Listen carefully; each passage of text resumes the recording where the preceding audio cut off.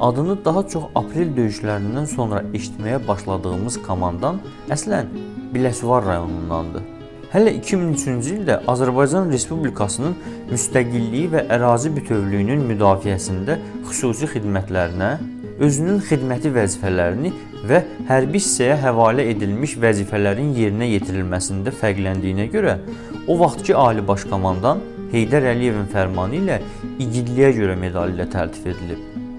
Bundan əlavə o, vətənə xidmətə görə, Azərbaycan bayrağı ordeni, vətən uğrunda 3 dəfə hərbi xidmətdə fərqlənməyə görə, Azərbaycan Respublikası Silahlı Qüvvələrinin 10 illiyi yubiley medalı, həmçinin Azərbaycan ordusunun 90, 95 və 100 illiyi yubiley medalları ilə təltif olunub. Hikmət Mirzəyevə polkovnik rütbəsini şəxsən özü təqdim edən Heydər Əliyev